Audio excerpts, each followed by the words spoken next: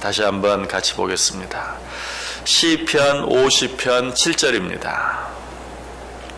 우리 다 같이 한 목소리로 읽습니다.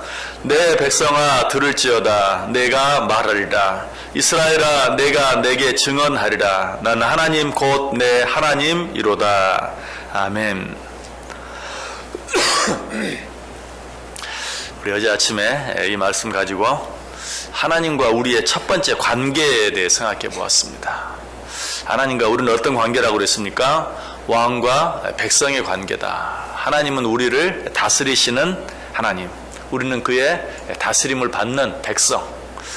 그런데 수상적으로 말하면 이 왕과 백성의 관계하면 그렇게 좋은 관계처럼 느껴지지 아니할 수도 있지만, 하나님께서 말씀하시는 왕과 백성의 관계는 너무나 귀한, 그야말로 표현만 다르지 아버지와 자녀의 관계, 그와 같은 관계로 우리를 사랑해 주신다, 우리를 지켜주시고 보호해 주신다 하는 것에 대해서 생각해 보았습니다. 자, 그런데 본문 속에 보면 왕과 백성의 관계뿐만 아니라 하나님과 우리 사이에 또 다른 관계가 있는 것을 가르쳐주고 있어요. 그것은 어떤 관계인가? 하나님과 우리의 관계는 말씀하시고 듣는 관계예요. 하나님은 우리를 향해 말씀하시고 우리는 그 말씀을 듣는 자들이다.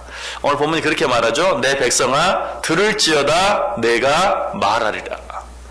하나님은 말씀하시고 우리는 듣는, 그 하나님의 말씀을 듣는 관계 속에 있어요. 우리의 왕 되신 하나님은 말씀으로 우리를 사랑하시고, 말씀으로 우리를 가르치시고, 말씀으로 우리를 인도하시고, 말씀으로 우리를 축복하세요. 하나님은 말씀으로 일하시는 분이에요. 하나님은 모든 일을 말씀으로 하세요. 그러므로 우리는 어떻습니까? 그 말씀을 잘 들어야 돼요.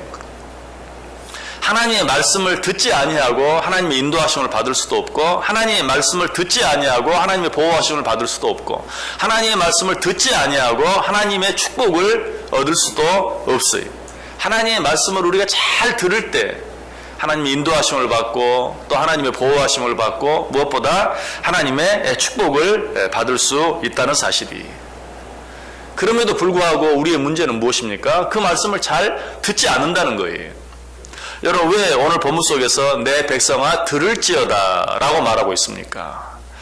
여러분, 누가 어떤 말을 할 때는 상대방이 그 말을 들을 것을 당연히 전제하고 이야기하는 거예요. 그렇기 때문에 그냥 말하면 되지, 내 말을 들어라, 내 말을 들으십시오 라고 말할 필요가 없는 거예요. 그럼에도 불구하고 언제 그렇게 말합니까? 말해도 듣지 않을 때 내 말 좀 들으십시오, 제발 말 좀 들으십시오. 오늘 하나님께서도 내 백성아 들을지어다 이런 말을 할 필요가 없어요. 그냥 내 백성아 하고 말씀하시면 돼요. 근데 왜 내 백성아 들을지어다 라고 말합니까? 말을 하는데도 듣지가 않아요. 또 듣는 것 같은데 한 귀로 듣고 한 귀로 흘려버려요. 그런 자들을 향해서 하나님께서는 내 백성아 지금부터 내가 하는 말을 잘 들어라 라고 우리에게 말씀하고 있는 것이, 하나님의 말씀을 듣지 아니하면 듣지 않는 자에게 손해가 될 뿐이, 특별히 하나님께서는 말씀으로 우리의 길을 인도하시고 또 우리를 보호하시고 우리를 축복하실 뿐만 아니라 어려움 가운데 처하지 않도록 우리에게 때때로 경고해 주시기도 해요. 그렇기 때문에 그 말씀을 듣지 아니하면 우리는 언제 어떤 위기에 빠지게 될지도 알 수 없는 것이. 그러므로 신앙생활을 하는 데 있어서, 특별히 신앙생활을 잘하기를 원한다면 우리는 하나님의 말씀에 늘 귀를 열고 그 말씀을 들을 수 있어야 된다. 신앙생활에 있어서 하나님의 말씀을 듣고 그 말씀에 순종하는 것보다 더 중요한 것이 없어요. 아까도 말씀드렸지만 하나님은 말씀으로 축복하신다고 그랬어요. 그래서 성경은 뭐라고 말하냐면 마태복음 13장 15절과 16절에서 이 백성들의 마음이 완악하여져서 그 귀는 듣기에 둔하고 눈은 감았으니 이는 눈으로 보고 귀로 듣고 마음으로 깨달아 돌이켜 내게 고침을 받을까 두려워함이라 하였느니라. 그러나 너희 눈은 봄으로 너희 귀는 들음으로 복이 있도다. 너희 귀는 들음으로 복이 있도다. 하나님은 축복도 말씀으로 하세요. 아니, 하나님의 말씀이 축복이. 그러므로 그 말씀을 듣지 아니하고 하나님의 축복을 누릴 수 있는 방법이 없다. 그래서 너희 귀는 들음으로 복이 있도다. 또 출애굽기 19장 5절 6절에도 세계가 다 내게 속하였나니 너희가 내 말을 잘 듣고 내 언약을 지키면 너희는 모든 민족 중에서 내 소유가 되겠고 너희가 내게 대하여 제사장 나라가 되며 거룩한 백성이 되리라. 너는 이 말을 이스라엘 자손에게 전할지니라. 너희가 내 말을 잘 듣고 그 말에 순종하면 너희는 내 소유가 되고 너희는 제사장 나라가 되게 될 것이다. 이처럼 하나님의 말씀을 듣는 것이 바로 축복이. 왜 그러한가? 하나님의 말씀 뒤에는 반드시 행동이 있기 때문에 그래요. 하나님의 말씀 뒤에는 반드시 성취가 있기 때문에 그래요. 무슨 말이에요? 하나님의 말씀은 말씀으로 끝나는 법이 없어요. 반드시 행동이 있고 성취가 있다. 그러므로 하나님께서 이렇게 하는 자에게 복이 있을지어다 라고 말씀하시면 그 말씀 뒤에는 어때요? 정말 그 말씀에 순종하는 자들에게 축복이 주어지는 하나님의 무엇이? 행동이 있어요. 성취가 있어요. 하나님 말씀하실 때 모든 것들이 다 이루어졌잖아요. 그가 말씀하심에 이루었도다. 여러분, 그러므로 우리는 하나님의 말씀 앞에 늘 귀를 기울여 들어야 된다. 자, 그런데 하나님께서 지금 우리에게 어떻게 말씀하고 계십니까? 하나님께서는 우리에게 여러 가지 상황, 환경, 여건, 우리 주위에 있는 사람들을 통해서 우리에게 말씀하세요. 그러므로 우리가 신앙생활 잘하기 위해서는요, 하나님의 말씀 앞에서 늘 눈치 있게 신앙생활을 해야 돼요. 하나님께서는 여러 가지 방법으로 말씀하시는데 우리는 그것을 눈치채지 못하고 그저 하늘에서 무슨 천둥과 같은 소리가 들리고 그렇게 해서 하나님의 말씀이 들리기만 기다리고 있어요. 아니, 하나님이 그렇게 말씀하시는 분이 아니.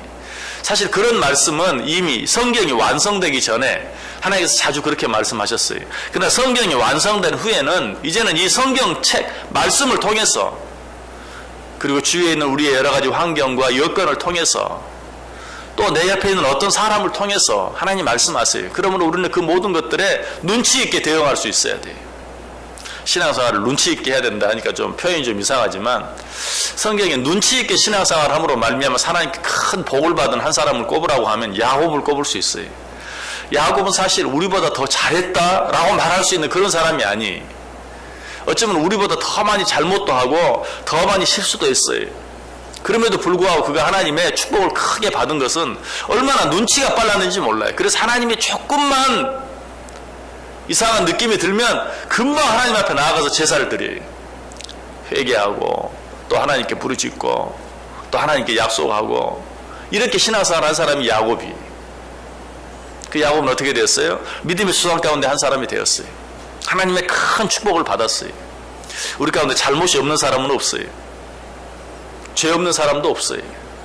자, 그런 우리가 어떻게 하나님의 말씀에 빠르게 반응할 수 있어야 돼요. 잘못하다가도 하나님이 그 잘못을 지적하는 것 같으면 어떤 방법으로든지 지적하는 것 같으면 어떤 방법을 생각나게 해주시면 즉시 하나님 앞에 나와서 회개하고 돌이킬 수 있어야 돼요.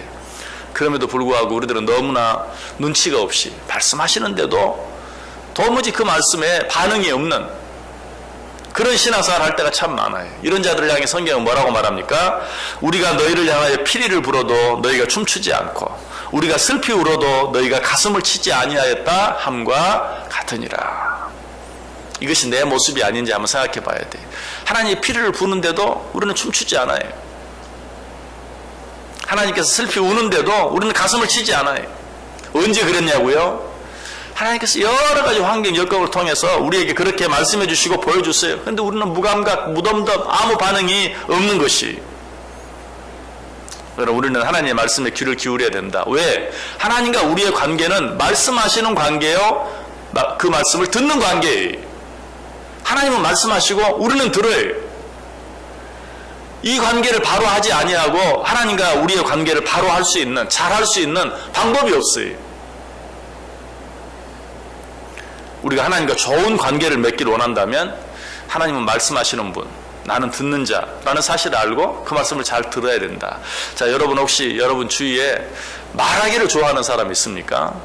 근데 뭐 그 사람이 여러분의 상사라든지 아니면 여러분과 어떤 중요한 관계, 어떤 계약 관계에 있다든지 그런 사람이라면 어때요? 듣기 싫어도 어때요? 그 사람의 말을 잘 들어주지 아니하고 그 사람과 좋은 관계를 맺을 수 있는 방법이 없어요. 마찬가지 우리 하나님을 말씀하기를 좋아하시는 분이라고 표현하면 좀 표현이 그럴지 몰라요. 그런데 하나님과 우리의 관계는 말씀하시고 듣는 관계예요. 그러므로 그 하나님의 말씀을 잘 듣지 아니하고 하나님과 좋은 관계를 유지할 수 있는 다른 방법은 없다는 것이. 그래서 예수님께서 뭐라고 말합니까? 마태복음 7장 24절 25절에 누구든지 나의 이 말을 듣고 행하는 자는 그 집을 반석 위에 지은 지혜로운 사람 같으리니 비가 내리고 창수가 나고 바람이 불어 그 집에 부딪히되 무너지지 아니하나니 이는 주처를 반석 위에 놓은 까닭이다. 하나님의 말씀을 듣고 행하는 자가 지혜로운 자다. 그런 자는 마치 자기 집을 반석 위에 지은 자와 같아서 비가 내리고 바람이 불고 창수가 나도 그 집이 무너지지 아니할 것이다. 그러나 반대로 그 말씀을 듣지 아니하는 자는, 나의 이 말을 듣고 행하지 아니하는 자는 그 집을 모래 위에 지은 어리석은 사람 같으리니 비가 내리고 창수가 나고 바람이 불어 그 집에 부딪힘에 무너져 그 무너짐이 심하니라. 말씀을 듣고 순종하지 않는 자는 어리석은 자다. 그런 자는 모래 위에 집을 짓는 자와 같다. 그런 자의 집은 바람이 불고 비가 오고 창수가 날 때 무너짐이 심할 것이다 라고 이야기하고 있어요. 말씀을 마칩니다. 하나님과 우리의 관계는 말씀하시고 듣는 관계예요. 여러분, 하나님과 관계를 잘하기를 원하십니까? 하나님과 좋은 관계를 유지하기를 원하십니까? 하나님의 말씀에 귀를 기울이세요. 그리고 한 걸음 더 나아가 그 말씀에 순종해 보세요. 하나님의 말씀을 듣는 자가 복이 있다. 너희 귀는 들음으로 복이 있도다. 왜? 하나님 말씀으로 우리를 축복하세요. 하나님 말씀으로 우리와 함께 하세요. 하나님은 말씀으로 우리의 길을 인도하세요. 하나님은 말씀으로 우리를 위로하세요. 그러므로 그 말씀에 귀를 기울이지 아니하고 그 말씀에 순종하지 아니하고 그 복을 받아 누릴 수 있는 방법이 없어요. 오늘 또 하나님의 말씀에 귀를 기울이고 그 말씀에 순종함으로 복 있는 자들, 복 있는 하루 되시기를 주님의 이름으로 간절히 축복합니다.